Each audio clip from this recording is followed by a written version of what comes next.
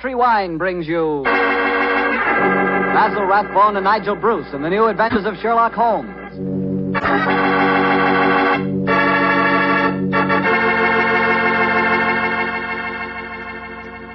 The Petri family, the family that took time to bring you good wine, invite you to listen to Dr. Watson tell us another story about his old friend, that master detective, Sherlock Holmes. And incidentally, I'd like to tell you about a swell American custom. The custom of serving sherry wine just before dinner. Petri California sherry. You know, especially when you have guests, while you're waiting for that call to the dinner table, there's nothing better than a good glass of that good Petri sherry. You don't need fancy glasses for Petri sherry. No, sir. That wine tastes good out of any glass. And it looks good, too. Beautifully clear and the color of precious amber. Just try that Petri sherry and you'll feel like smacking your lips after every sip. Oh, and say, Petri makes two kinds of sherry. The regular sherry and Petri pale dry sherry. Just to make sure you get perfect sherry for the whole family, don't buy one, buy two. But do be sure the sherry you buy is Petri sherry. Petri, the proudest name in the history of American wines.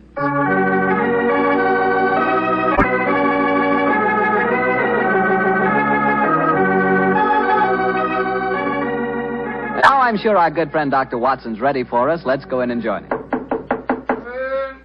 in. Oh, there you are, Mr. Bartell. Good evening, Doctor. Say, where are the puppies this evening? Mr. Bartell, don't you think it's about time you began to refer to them as the dogs? They're almost a year old, you know. I stand corrected. Where are the dogs this evening? Well, they had another furious battle with a dead seal on the beach today. My housekeeper, Mrs. West, is giving them a much-needed bath. They certainly have an aversion to seals, don't they? Well, Doctor, are you all ready with tonight's new Sherlock Holmes adventure? Yes, my boy, and as yesterday was St. Patrick's Day, I decided to tell you a story that took place in Ireland a few years before the turn of the century. I imagine that you've heard of kissing the Blarney stone, haven't you? Oh, yes, Doctor, though I've never understood exactly what it meant. Well, let me explain it to you, because the ceremony plays a very important part in the story tonight. Blarney Castle is an imposing 15th century ruin a few miles outside the town of Cork. The castle is many stories high, and in the foremost tower, the famous Blarney stone is situated. What's supposed to be the point in kissing it, Doctor? The stone is considered a powerful talisman, and the legend runs that whoever kisses it is endowed with eloquence for life. Say, Doctor, if I ever get over to Ireland, I'll certainly kiss that stone. But you're such a storyteller yourself, Doctor. I bet you've kissed it, huh? No, Mr. Bartell. I'm afraid I never had quite enough courage. Courage? Ooh, why does it need courage, Doctor? Well, because the Blarney stone is set in a most inaccessible position on the outside wall. To kiss it, it is customary to lower the candidate for eloquence over the rampart, head foremost, with a friend hanging on to his heels. From the top of a castle?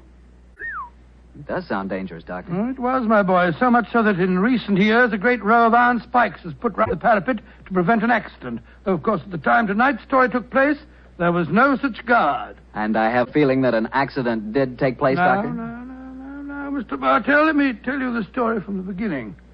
Sherlock Holmes and I were staying in the city of Cork, where the great man had just solved the singular affair which the local press had referred to as the Leprechaun murders. A few days before our departure for England, we paid a visit to Blarney Castle.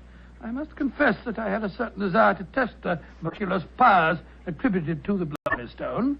I very soon changed my mind, however, as Holmes and I stood there, high on the turrets of Blarney Castle, and watched a terrified shade being hauled up by his ankles and yelling at the top of his voice. Pull me up!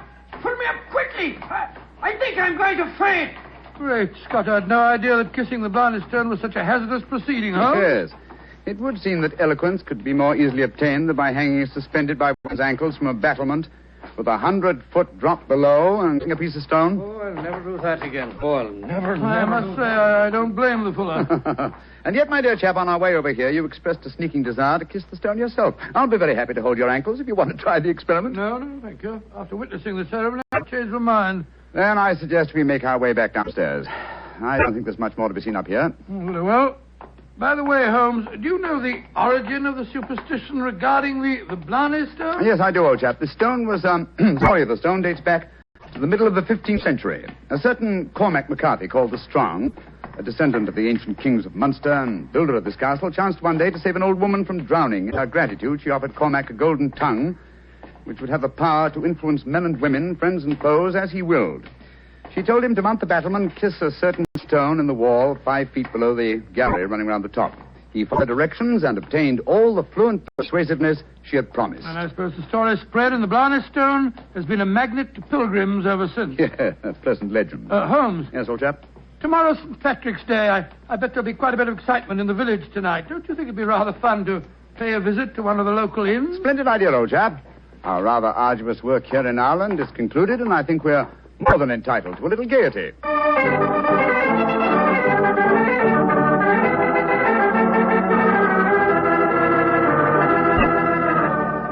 In Dublin's fair city, the girl so pretty was there that I first met sweet Molly Malone. She wheeled her wheelbarrow. Charming. Quite charming. A waiter and singing at his work. Singing very well, too. Just the same, I wish someone would come and take our order. Oh, there's a barmaid. I'll see if I can catch her eye. Hi, Miss. Would you gentlemen be after wanting something? Yes, my dear. My friend and I would like a little refreshment, and what would you suggest? What would I suggest, Your Honor? Oh, begorra. There's but one drink a gentleman like yourself should be after pouring down you, and that's the cream of Connemara. Whiskey that'll soften your heart and make you glow with a good feeling, so that the little people will be after visiting you. It sounds delightful. Bring 2 glasses, will you? Yes, Your Honor. Yes, Your Honor. I must say I never heard an English barmaid go into such rhapsodies over a nip of whiskey. No, the Irish are distinctly more colourful in their speech. It's an interesting fact, though, Watson, that the Irish are curiously unrewarding in the criminal world. England, Scotland, America, Australia have all produced classics of crime, but the Irish murders, almost without exception, have been purely physical, affairs of hot blood. You say that rather regretfully, Holmes. No, my dear chap, no. Miss Watson, look at this rather florid-looking gentleman coming towards our table. Looks to me as if he's a little under the weather. You fellas have got to have a drink with me. Oh, thank you, sir, thank you, but we've just ordered one. Well, you've got to have it with me. I went to the races at Cork today and made a killing. I'm going to buy all the drinks here tonight. I'm afraid that... Nothing to be afraid of. I'll sit down with you for a moment. There. My name's Hankin, Geoffrey Hankin. What's yours? Mine is Holmes, and this is my friend, Dr. Watson. How do you do, sir? How do you do? Your Honors, that'll be 1 and 6. Here, I'm paying for these here. Half a crown, and you can keep the change. Oh, Thank you, blessings on you, Your Honor. Oh, well, if you insist on paying for our drinks, Mr. Hankin, here's your very good health. Yes, indeed. You're both English, aren't you? Yes, sir? So am I, and it's certainly a relief to hear an English voice again. Oh, you don't like the Irish lilt, sir? Can't bear it. Personally, I find it rather charming. Yes, indeed, so do I. Well, you wouldn't if you had to live with it all the time. Sometimes I think that if I hear one Irish tenor singing Molly Malone or one more reference to the little people, I shall go raving mad. You live in Ireland, sir? Yeah, I have to. I own a half interest in the Tweed mill here, you see. In any case, my wife's Irish and she thinks there's no other country in the world, so I suppose I'm stuck here. See that couple sitting at the table over there? You mean the fellow with a very beautiful girl? Yes. Man's Michael Corcoran, my partner. Oh, the girl's absolutely ravishing. You'd like to meet her? I'd like to, by George, yes. What do you say, Holmes? Oh, very well, Watson. The combination of my natural curiosity and your taste for a pretty face would seem to suit the occasion admirably. I might as well warn you, Doctor, that the pretty face belongs to my wife. Your wife? Oh, good gracious me. I didn't mean to... Oh, well, you better bring your glasses with you.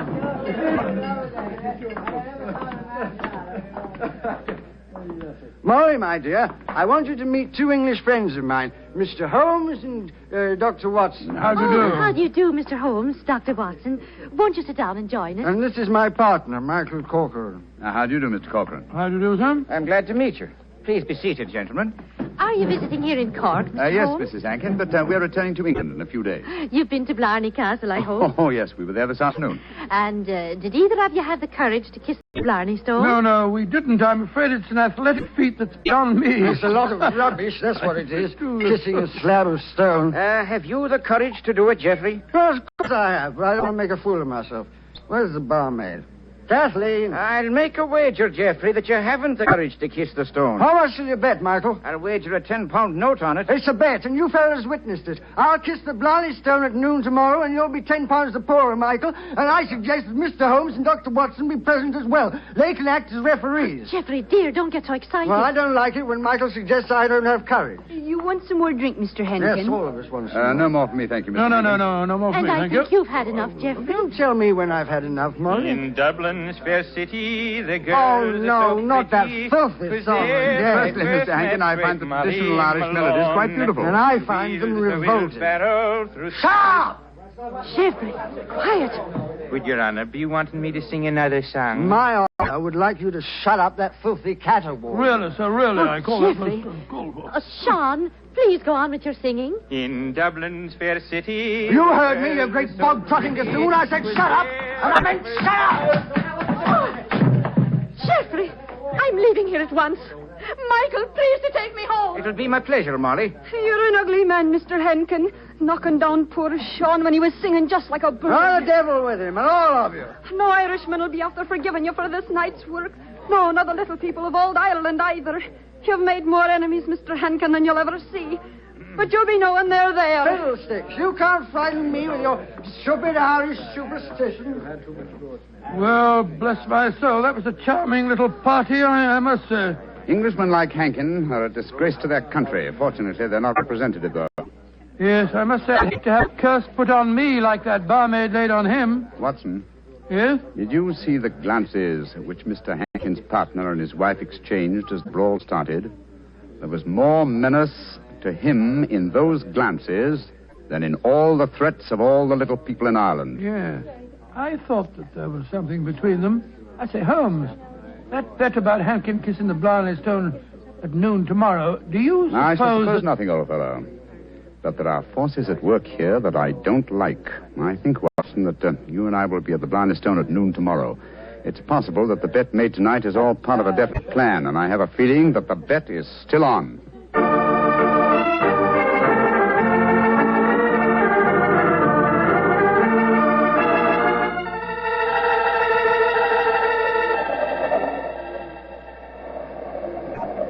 Quite windy up here today, old fellow, at the top of the tower, isn't it? Yes, it's just past noon.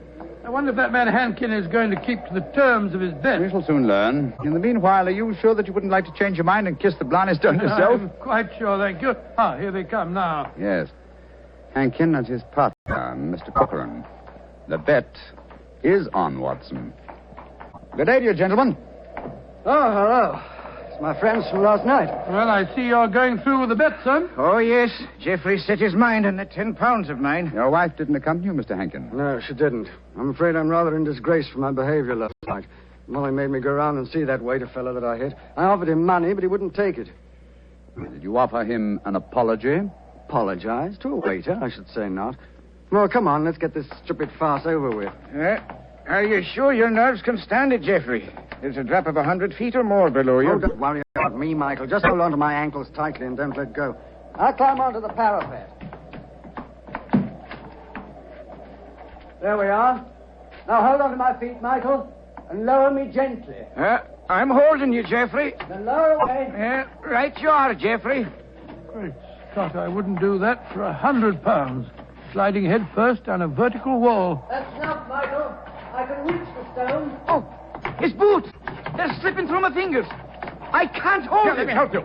I'm slipping. Pull me. Hold on to him! Hold on to him! Oh, he's gone. I just couldn't hold him. Great heavens. No man could survive that drop. Mr. Corcoran, you deliberately let your partner slip to his death. This is murder. But I don't understand. I'm a strong man. But he just vanished out of my hands like a greased pig. Let me see your hands, Mr. Corcoran. This is dreadful. Dreadful. There's grease on your hands. Grease. And with a faint trace of boot blacking. Good Lord, Holmes, that It means, that... Watson, that someone, knowing that Hankin was going to kiss the Blarney Stone, smeared his boots with grease so that he would slip out of the grasp of whoever was holding him. As clever a method of indirect long-distance murder as ever I've encountered.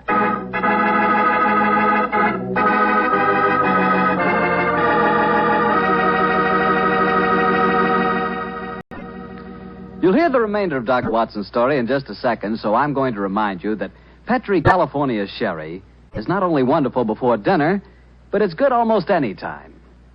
If you had to choose just one wine for almost any occasion, that wine would be Petri Sherry. Petri Sherry is a perfect wine to serve in the afternoon or in the evening.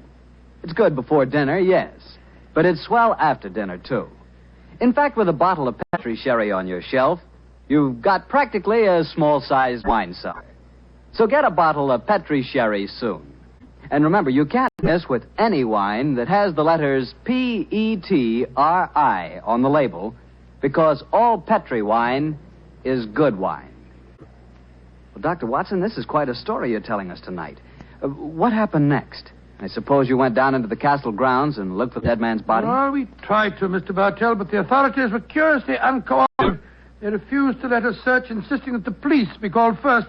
And so, Mr. Bartell, half an hour after the tragedy, Holmes and I found ourselves standing in a tiny police station as we told the story to the local sergeant. Sure the saints be praised, Mr. Holmes. 'Tis a terrible story you've told me. Tomorrow I'll be after arresting Sean O'Flaherty. Sean O'Flaherty? He's the waiter at the inn, the one who sings. That he is, and he sings like a breath of spring. I'll be sorry to see him hang. But you have no proof that he was responsible for the murder? Proof, you say, sir? Well, I can't arrest a big manufacturing man like Mr. Cochran, can I? Or a fine lady like Mrs. Hankins. But you can't arrest a man without any evidence of guilt. Oh, I can't I? Then supposing I tell you that Sean O'Flaherty cleans the boots at the hotel where Mr. Hankins was staying. He does, eh? Then he had the perfect opportunity for the greasing of Hankins' boots this morning. And we know he had a motive for harming him. You're right, sir. And from what I have heard of the dead man's behavior last night, half a dozen people could have heard him make the bet that he'd kiss the Blarney stone today. Sean O'Flaherty's our man. I'll have to arrest him tomorrow. Tomorrow? But good heavens, man, aren't you going to do something today? A murderer's at large. Today is blessed St. Patrick's Day. Oh, I should let the poor fellow have the day in peace. Oh, he won't run away. But my dear son... will you come back with me to the castle and search for the body? They refuse to let me do it alone. On St. Patrick's Day? That I will not. We would need a crew of helpers, and where will I be after getting them on blessed St. Patrick's Day? No, we'll do that tomorrow, too. No, today's a day for celebrating. Oh, your methods astound me, Sergeant. Do they now, sir? Don't be after fretting about me. Just enjoy yourself today. Tomorrow we'll see what can be done about it. Well, good day to you, gentlemen. Oh, bless my soul. I've never seen such a happy-go-lucky policeman in my life. It's infuriating. If only I were allowed to examine Hankins' body, I could get to the bottom of this. Well, what are you going to do now, Holmes? The police won't help us. Then we must take the law into our own hands. I think we'll start off by going to the hotel and seeing what we can find out from Sean O'Flaherty.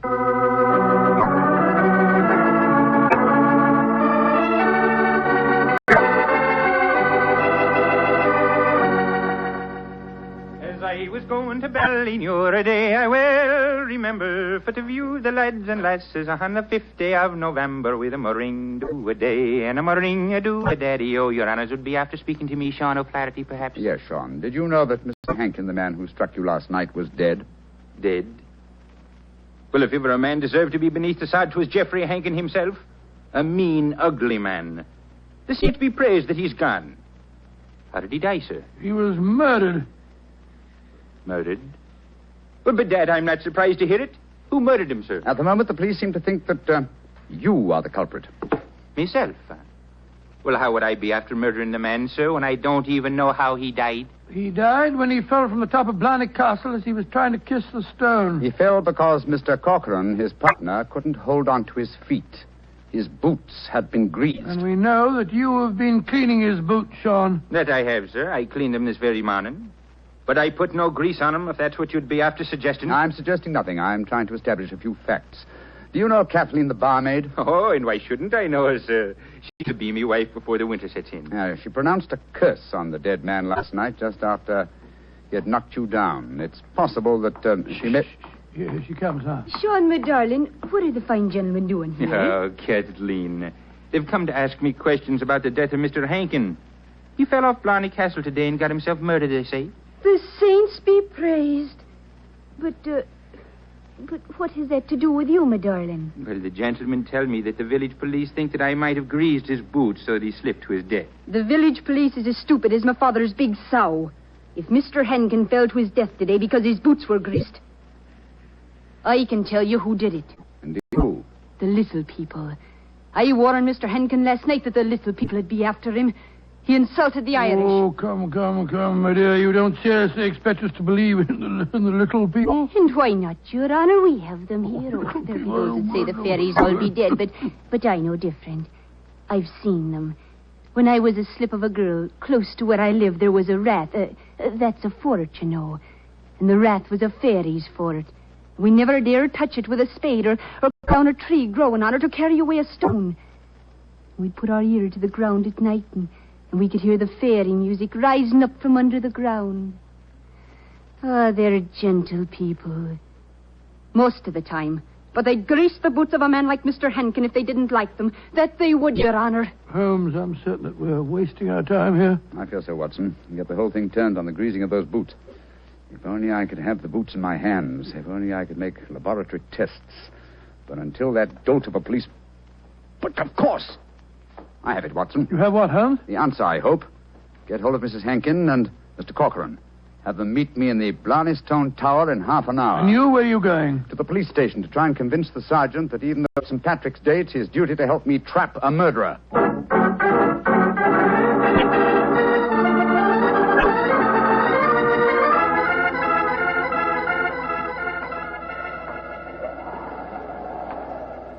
Do you know, Mr. Holmes, you're an obstinate man. It's blessed St. Patrick's Day, and yet you insist that we meet here on the top of Blarney Castle. What do you think you can prove? Who murdered Geoffrey Henkin? Yes, but why do Molly and I have to be here? Yes, Mr. Holmes. And poor Geoffrey's body still lying somewhere below us. Mrs. Henkin and Mr. Corcoran, I asked Dr. Watson to bring you here for a good reason, I assure you. Ready, Watson? Quite ready, Holmes. Good. Sergeant. Yes, sir. You asked me why I've assembled the three of you here. I'm going to reconstruct the crime. I shall play the part of the victim. My friend Dr. Watson will represent you, Corcoran. Now, I straddle the parapet. So. Watson, hold on to my feet, Bill. I've got him, Holmes. And lower me down the face of the wall. Right, you are. Holmes, hold tight to the wall. Oh. Try and push yourself back. The murderer's tried to get you. Your boots are covered in grease. Stand back. Come away. Grab my trouser legs, Watson. I've got him, Holmes. Come, up you come. There we go. Oh, Joe, that was a near thing. Devilish plot, Sergeant, and very cleverly carried out. My boots were ungreased when I entered the castle, and yet someone has been able to apply grease to them without my knowledge within the last few minutes. Sure, and how is that possible, sir? I don't know, Sergeant, I must confess. Holmes, you stumbled as you came up the darkened staircase. Do you remember that? That's true, old chap, I'd forgotten. And you, Mrs. Henkin, and you, Mr. Corcoran, were kind enough to assist me to my feet. An excellent opportunity to apply the grease. Now we know that one of you two is the murderer. I must have a jar of grease somewhere. Sergeant, will you search the lady while I search Mr. Corcoran? But this is ridiculous. Of course it is. How could we be guilty? Well, if you're not guilty, you've got no objection to being searched, madam. Upon my word, here in your purse, Mrs. Hankin, is a jar of grease. What? Now, what have you to say for yourself? What can't you say, Sergeant? Except that she engineered her husband's murder and tried to engineer mine. Oh, no. I knew nothing about Geoffrey's murder. Oh, Michael, darling, I swear to you. Don't worry, my darling. I'll not let them hurt you. I'm telling you, you're wrong, Mr. Holmes. I was the murderer. Oh, no, Michael. You mustn't sacrifice yourself for me. I think this little play acting has gone far enough. Mr. Corcoran, you have just offered us what you think we will accept as a false confession. But I've established the one thing I wish to know, that you love your late partner's wife and she you. I'm proud to admit that, Mr. Holmes. And now that she's a widow, I can say it in the open. But what are you implying? That you murdered your partner. But the grease on your own boot, sir. I just found a jar of it in Mrs. Hankin's handbag. Oh, that, my dear Sergeant, was all part of my little plan. As to the grease on my boots, I confess I placed it there myself. Just as I planted the jar of grease in your bag, Mrs. But why, Hankin. Holmes? A fraud accomplished two ends. It forced you, Mr. Corcoran, into a betrayal of your love. But what was more important, it proved from what Dr. Watson's natural reactions were that a man holding the greased boots could not fail to realize that fact at once. You brazenly committed murder before our very eyes, Mr. Corcoran, hoping to appear as an innocent victim of another's plot. Your theory is an ingenious one, Mr. Holmes, but how can you prove it? I can claim that my hands are unusually insensitive, not the delicate fingers of a doctor like your friend. Yes, he's right, sir. How can you prove it? When, with your kind cooperation, Sergeant, we find the body of Mr. Hankin and examine it, I shall study his boots. If the grease was applied at the hotel, as it would have been if Sean O'Flaherty had done it, the boots will reveal dust from the walk here. If there is no dust, the grease must have been applied as you grasped your partner's boots with grease-smeared hands, Mr. Corcoran. You should know best what my test... Grab him, Sergeant. Grab him. He's Come back heading here. for that parapet. Oh, Michael, don't! Please don't! Goodbye, Molly, me darling. No! Great Scotty. He jumped off the parapet. Now, Mr. Holmes, you can see that I was right, sir. Wasn't I? What do you mean, Sergeant? In waiting until tomorrow to get the search party. Now we can be after finding both bodies at the one time.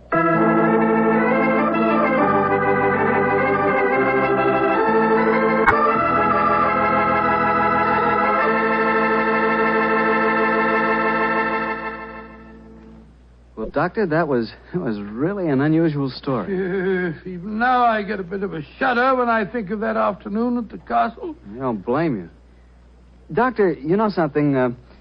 Earlier this evening, I said that if I ever got to Ireland, I'd certainly want to kiss the Blarney stone, remember? Yeah? Well, I've changed my mind. I'd no more want to hang by my heels to kiss that stone than... Well, just let's forget it. But, my boy, don't forget, if you kiss that stone, you get the gift of eloquence. You'd be the most convincing fellow in the world. So? So, well, whenever you talked about Petri wine, you'd really do people a favor because they wouldn't be able to resist trying it. Oh, talking about Petri wine isn't important, Doctor. The best way to determine just how good Petri wine really is to taste it. One sip and there's all the proof you need. That's because the Petri family has developed the art of winemaking to a truly fine point. They've been making wine for generations. And all the things the Petri family knows about turning luscious, sun-ripened grapes into fragrant, delicious wine have been handed on down in the family from father to son, from father to son. That's why whenever you want a swell wine, for any occasion, you can't go wrong with a Petri wine, because Petri took time to bring you good wine. Well, Dr. Watson, what new Sherlock Holmes story are you planning to tell us next week? Well, now, let me see. Next week, Mr. Bartell, I'm going to tell you a story in which that arch-criminal Professor Moriarty played a most important part. It deals with the theft of a famous painting, of a strange night that Sherlock Holmes and I spent trapped in the interior of a giant metal vault, and of mysterious bloodstains in an empty room.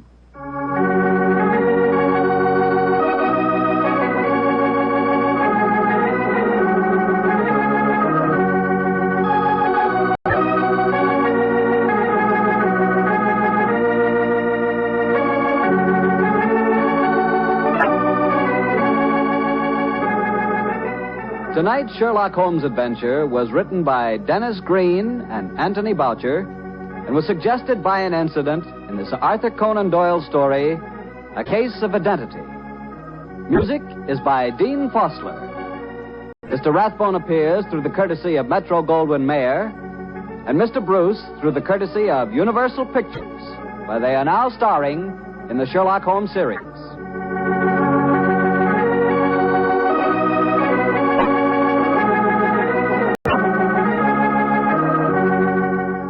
Petri Wine Company of San Francisco, California, invites you to tune in again next week, same time, same station.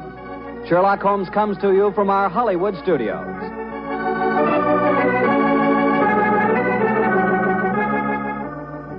This is Harry Bartell saying goodnight for the Petri family. For a solid hour of exciting mystery dramas, listen every Monday on most of these same stations at 8 o'clock to Bulldog Drummond, followed immediately by Sherlock Holmes. This is the Mutual Broadcasting System.